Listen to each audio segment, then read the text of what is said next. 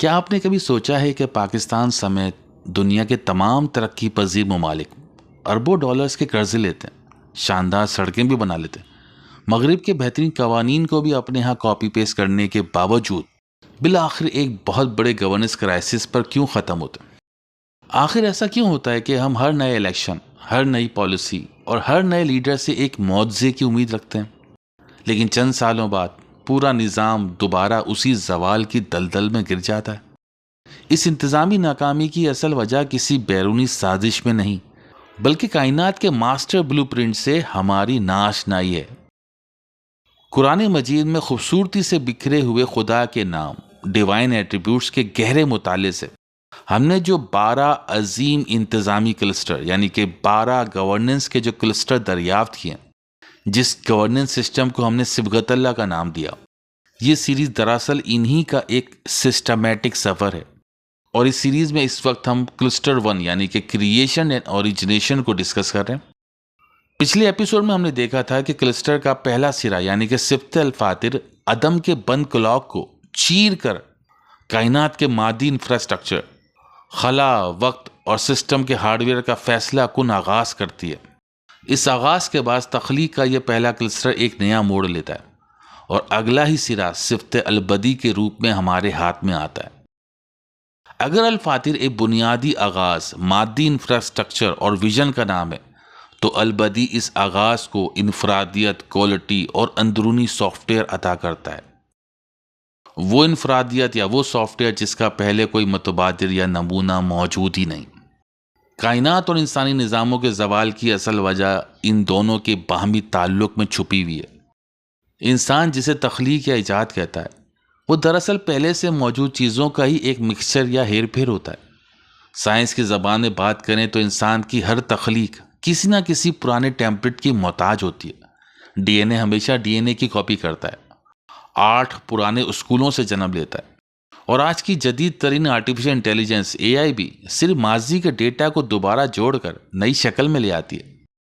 انسان کا پورا نظام ایک دوسرے کی نقل پر کھڑا ہوا ہے، اور جب انسان اپنی اسی محدود عقل سے ریاستیں اور ادارے بناتا ہے تو وہ صفت البدی کو بھول کر اندھی تقلید کا شکار ہو جاتا ہے۔ ترقی پذیر ممالک ترقی یافتہ ملکوں کے قوانین، ان کے آئین اور ان کے معاشی ماڈلز کو جوں کا توں اپنے ہاں درآمد یا امپورٹ کر لیتے ہیں، بغیر یہ سوچے کہ ان کی اپنی زمین کی حقیقتیں، ان کی اپنی ثقافت اور ان کی اپنی ضرورتیں کیا ہیں۔ ہم دوسروں کے بنے بنائے نظاموں کی اس لیے نقل کرتے ہیں کیونکہ ہم میں اپنی بنیادوں پر کھڑا ہونے کی، سوچنے کی ہمت ہی نہیں ہوتی، جس کا نتیجہ ایک ایسا درآمد شدہ نظام نکلتا ہے جو بیرونی سہاروں پر تو کھڑا ہوتا ہے لیکن اندر سے اپنے ہی عوام کی روح سے کٹا ہوا ہوتا ہے، اور بالآخر ایک بڑے گورننس کرائسس پر ختم ہوتا ہے۔ آج کی اس قسط میں ہم لکیر کے فقیر بننے والے اس غلامانہ مائنڈ سیٹ کو جڑ سے اکھاڑیں گے اور دیکھیں گے کہ سچی حاکمیت، بیلنس گورننس اور خود مختاری کا وہ کون سا ڈیزائن ہے جو ہمیں اندھی تقلید سے نجات دیتا ہے۔ یعنی کہ آج ہم ڈسکس کریں گے صفت البدی کو۔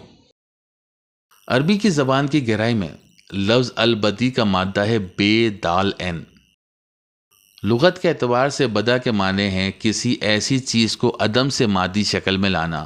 جس کی پہلے کوئی نظیر، کوئی ماڈل، کوئی پروٹوٹائپ یا کوئی ریفرنس پوائنٹ موجود ہی نہ ہو۔ یہ محض ایک عام سی تبدیلی یا ارتقا نہیں ہے، بلکہ یہ ایک ایسی اچھوتی ایجاد ہے جو اپنے مادی وجود، اپنے قوانین اور اپنے ڈیزائن میں اتنی مکمل اور متوازن ہوتی ہے کہ اسے قائم رہنے کے لیے کسی سابقہ تجربے کی ضرورت نہیں ہوتی۔ قرآنی تناظر میں یہ صفت خداوندی اس مطلق تخلیقی طاقت کو ظاہر کرتی ہے جو کائنات کی ہر گلی، ہر کہکشاں اور زندگی کے ہر ضابطے کو ایک ایسی اچھوتی شان کے ساتھ وجود میں لاتی ہے کہ پوری انسانی عقل مل کر بھی اس کی مثال لانے سے قاصر ہے۔ قرآن مجید سورہ بقرہ کی آیت نمبر 117 میں صفت کو کائنات کے قانون ارتقا کے ساتھ جوڑ کر اس طرح پیش کرتے ہیں، بدیع السماوات والارض، کہ وہ آسمانوں اور زمین کا بدی، بغیر کسی نمونے، بغیر کسی ٹیمپلیٹ کے بنانے والا ہے، اور جب وہ کسی کام کا فیصلہ کر لیتا ہے تو اس کے لیے صرف کہتا ہے ہو جا اور وہ ہونے لگتا ہے۔ یہاں ایک بہت ہی گہرا نقطہ ہے جسے انسان عام طور پر سمجھ نہیں پاتا۔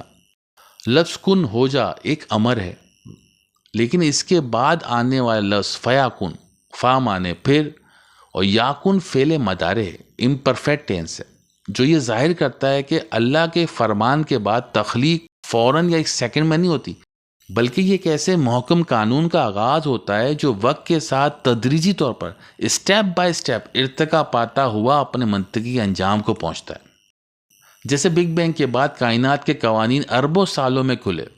جیسے ماں کے پیٹ میں بچہ 9 ماہ کے تدریجی مراحل سے گزرتا ہے۔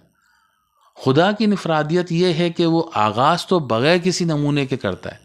لیکن اس آغاز کے اندر ارتقاء اور تسلسل کا ایک ایسا محکم قانون رکھ دیتا ہے جو خودکار طریقے سے چلتا رہتا ہے۔ اسی قانون کی دوسری جہت سورہ انعام کی 101 آیت میں کھلتی ہے، جب اللہ تعالیٰ کہتا ہے کہ وہ آسمان و زمین کا بدی ہے، اس کا کوئی بیٹا کیسے ہو سکتا ہے جبکہ اس کی کوئی بیوی ہی نہیں؟ اس نے ہر چیز کو پیدا کیا اور وہ ہر چیز کا مکمل علم رکھنے والا ہے۔ یہاں عربک لغت اور سسٹم تھنکنگ کے ایک حیرت انگیز توازن کو دیکھیے۔ لفظ البدی کا مطلب ہی یہ ہے کہ ایسی نوعیجاد جو پہلے سے موجود کسی نمونے، مٹیریل یا ٹیمپلیٹ کی محتاج نہ ہو، جبکہ کائنات میں کسی بچے یا نسل کا پیدا ہونا ہمیشہ پچھلے جینیٹیکل ڈیٹا کی نقل یا کاپی ہوتا ہے،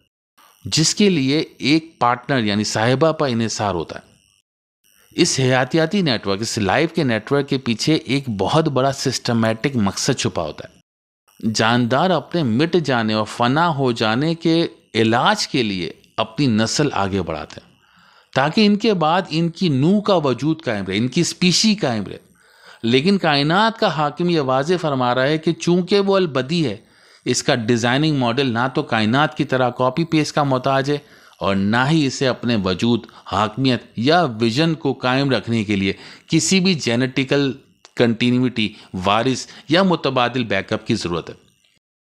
وہ حی القیوم اور خود کفیل ہے، جسے کوئی نیا وجود دینے کے لیے نہ کسی پارٹنر کی انپٹ چاہیے اور نہ اپنے تسلسل کے لیے کسی اولاد کا سہارا۔ وہ تو عدم سے ایک بالکل اچھوتا، منفرد اور خود مختار آٹونومس کوڈ لانچ کر دیتا ہے۔ جب ہم صفت البدی کے اس قرآنی ماڈل کو گورننس کے لینس کے ذریعے یا انسانی ریاستوں اور اداروں پر یا انسٹیٹیوشن پر لاگو کرتے ہیں تو ہمیں پائیدار حکمرانی کے 4 عظیم اصول ملتے ہیں۔ سب سے پہلا ہے پروسیس ڈریون گورننس، یعنی کہ قوانین کا تدریجی ارتقاء۔ جیسے کن فیاکن کا قانون فوری نتائج کے بجائے ایک تدریجی عمل سکھاتا ہے، بالکل اسی طریقے سے ایک بیلنس گورننس وہ ہے جو شارٹ کٹ ڈھونڈنے کے بجائے ایسے قوانین، ادارے اور انسٹیٹیوشن بنائے جو وقت کے ساتھ جڑ پکڑیں اور مضبوط ہوتے چلے جائیں۔ تعلیم، صحت اور انصاف کے نظام راتوں رات تبدیل نہیں ہوتے، ان کے لیے مستقل مزاجی کے ساتھ بیج بونے پڑتے ہیں۔ دوسرا اصول ہے ساورن انڈیپینڈنس، یعنی کہ خارجی سہاروں سے آزادی۔ جیسے خدا اپنی ایجاد میں کسی بیرونی پارٹنر یا سہارے کا محتاج نہیں ہے، ویسے ہی کسی بھی غیرت مند معاشرے کو اپنی بقا کے لیے بیرونی قرضوں، IMF کے سہاروں یا غیر ملکی امداد پر تکیہ نہیں کرنا چاہیے۔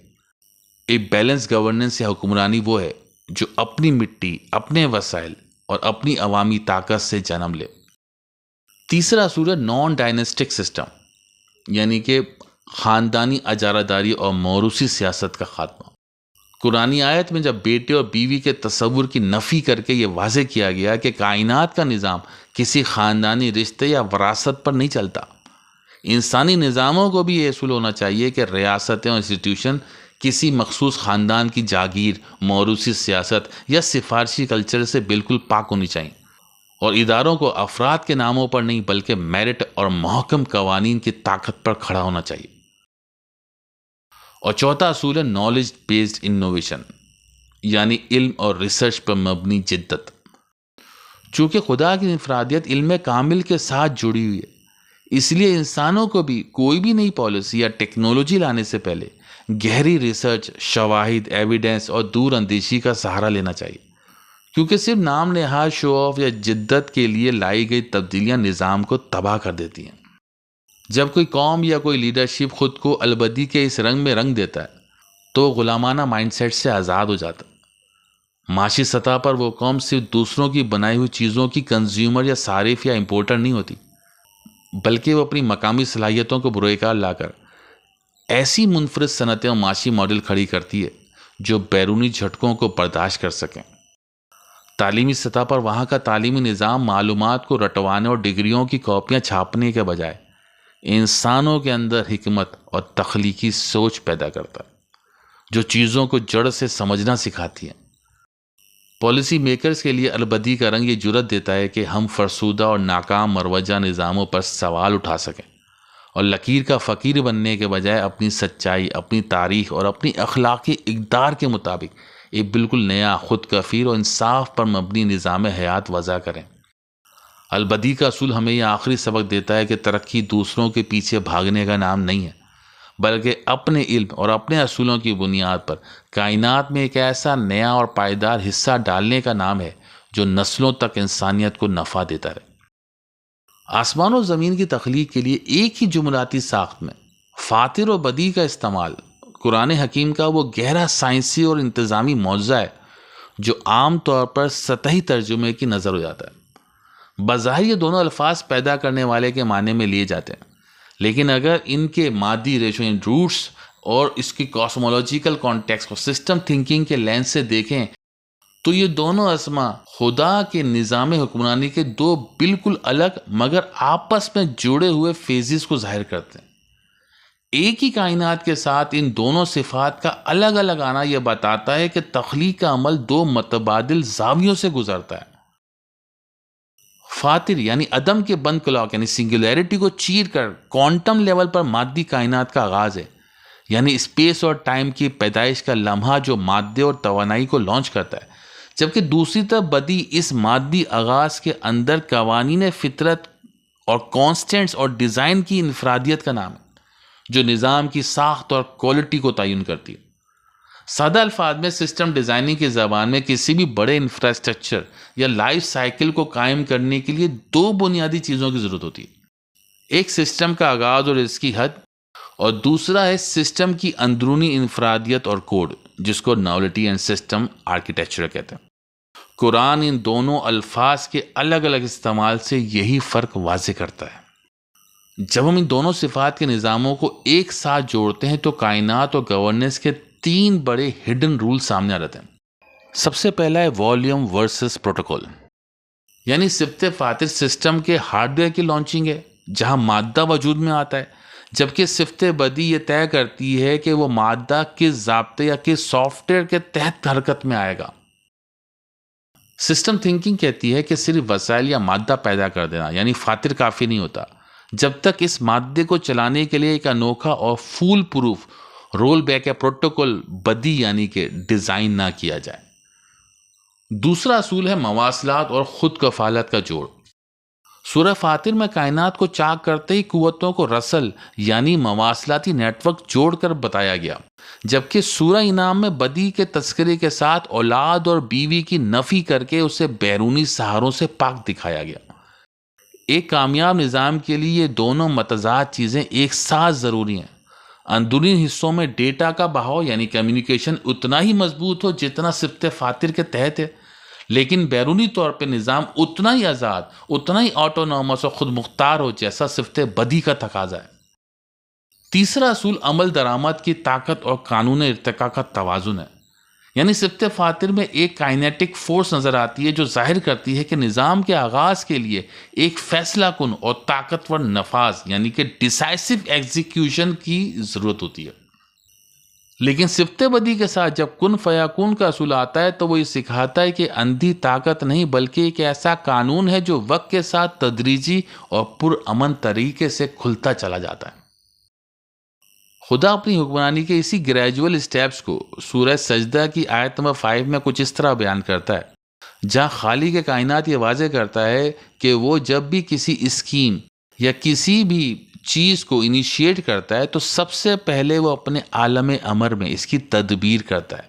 یعنی اس اسکیم کا پورا ماسٹر ڈیزائن اسٹریٹجک لیول پر اپنے ویژن اور اپنے بلندی پر فائنل کیا جاتا ہے یا اس کا ہائیسٹ پوائنٹ فائنل کیا جاتا ہے۔ اس کے بعد جب اس ہینڈشپ ڈیزائن کو زمین پر نافذ یا ایگزیکیوٹ کیا جاتا ہے تو اس کا آغاز زمینی سطح کے سب سے نچلے اور بنیادی نقطے یعنی لوئسٹ پوائنٹ سے ہوتا ہے، اور پھر وہ سسٹم خدا کے بنائے ہوئے اسی ماسٹر پلان کے مطابق تدریجی طور پر بلند ہوتا ہوا اپنے ویژن کی طرف بڑھنا شروع ہو جاتا ہے۔ اس پورے ارتقائی سفر کا ہر مائل سٹون اور ہر فیز انسانی کیلکولیشنز کے حساب سے ایک طویل عرصے یعنی 1000 سال پر محیط ہوتا ہے، جو یہ ثابت کرتا ہے کہ اللہ کا گورننس شارٹ کٹس کے بجائے ایک گہرے پروسیس لا کے تحت کام کرتا ہے۔ کسی بھی ملک، ادارے یا پالیسی کو چلاتے وقت اس باریک فرق کو نہ سمجھنا ہی سب سے بڑی انتظامی فیلئر ہے۔ اگر کوئی حکومت صرف فاتر کے اصول پر کام کرے، یعنی کہ دی ہارڈ ویئر ٹریپ، تو وہ بڑے بڑے شہر بسا دے گی، سڑکیں بنا دے گی، اربوں روپے کے محکمے کھڑے کر دے گی، لیکن اگر وہاں بدی کا اصول یعنی انوکھا، مقامی اور خودکار قانون موجود نہ ہو تو وہ عمارتیں اور محکمے کرپشن اور مورثی سیاست کا شکار ہو کر ناکام ہو جائیں گے۔ اس کے برعکس اگر صرف بدی پر کام کیا جائے یعنی دی تھیوریٹیکل ٹریپ، تو کاغذی ویژن، فلسفی اور نظریات تو بہت شاندار ہوں گے، لیکن زمین پر ان کو شروع کرنے کے لیے جو مادی انفراسٹرکچر یا جرات مندانہ آغاز یعنی فاتر کی ضرورت ہوتی ہے وہ نہیں ہوگا۔ جب تک آغاز، فاتر اور انفرادیت بدی کا یہ توازن برقرار نہیں رہے گا، انسان طاقت تو حاصل کر لے گا لیکن میچیورٹی گیپ کی وجہ سے اپنے ہی بنائے ہوئے نظاموں کے ہاتھوں خود تباہ ہو جائے گا۔ نظام تخلیق اور الہی حکمرانی کے اس پہلے کلسٹر میں الفاتر نے ہمیں ایک جرات مندانہ اور بااصول آغاز دیا، البدی نے ہمیں اندھی تقلید سے بچا کر ایک منفرد، خود مختار اور zero template soft where design کرنا سکھایا۔ اب اسی کلسٹر میں ایک اور گہرا سسٹمیٹک چیلنج آتا ہے۔ جب آپ کے پاس ایک اچھوتا ویژن یعنی کہ بدی اور ایک مضبوط آغاز فاتر کی صورت میں ہو، تو اس ویژن کو مادی دنیا میں روزمرہ کے قوانین، ماپنے والے پیمانوں یعنی میٹرکس اور ایک مستقل مادی تناسب یعنی پروپورشن میں کیسے ڈھالا جائے؟ وہ کون سا قانون ہے جو اس انوکھے نظریے کو زمین پر ایک جیتی جاگتی ٹھوس اور متوازن حقیقت بنا دیتا ہے؟ تخلیق اور آغاز کے اس کلسٹر میں اگلی قسط میں ہمارے ہاتھ میں آئے گا اس کلسٹر کا تیسرا اور سب سے محکم نام، صفت الخالق۔